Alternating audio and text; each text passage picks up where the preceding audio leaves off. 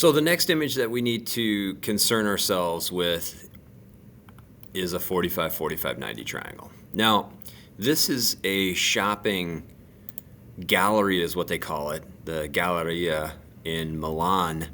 And it's like one of the oldest shopping galleries or malls in the world, I guess. But look at this cool glass work up on the ceiling here. It's more complicated than just a basic square, right? They're being on a spherical kind of shape. The mathematics that went into designing this is way more complex than what we're talking about. But if we simplify it and, at a more like beginner level, instead of a non-Euclidean geometry level, and I draw a square. I don't really like that here. Let me try that again. There's a way that I can get it to be perfect. That was just like a rectangle that I was trying to make look like it was a square.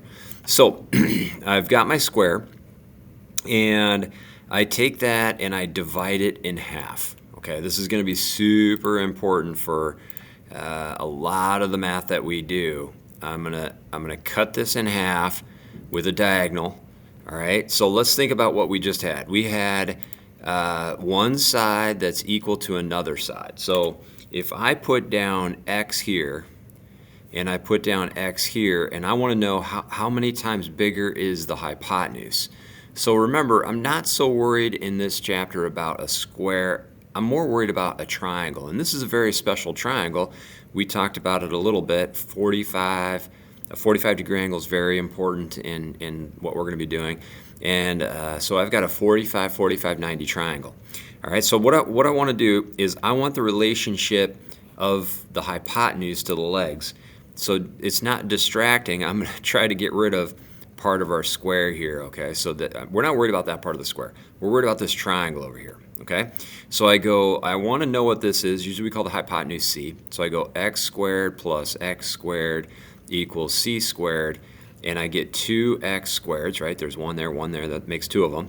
And then I take the square root of both sides, and I get the square root of 2x squared. Well, it's bad form to leave a perfect square underneath the square root sign. So when I take the square root of the x squared, I get x. I can't take the square root of 2, so I just leave it alone. Hey, wait a minute. What does that mean about the relationship of the hypotenuse to the leg? To get from the leg to the hypotenuse, we're going to multiply by the square root of 2. So I could put it like the square root of 2 x, or I could put, like I had down here, x times the square root of 2. Either way, doesn't matter. Sometimes it's safer to write it like this, because if you put it like this, we're not sure if the square root of, the square root sign goes over the x.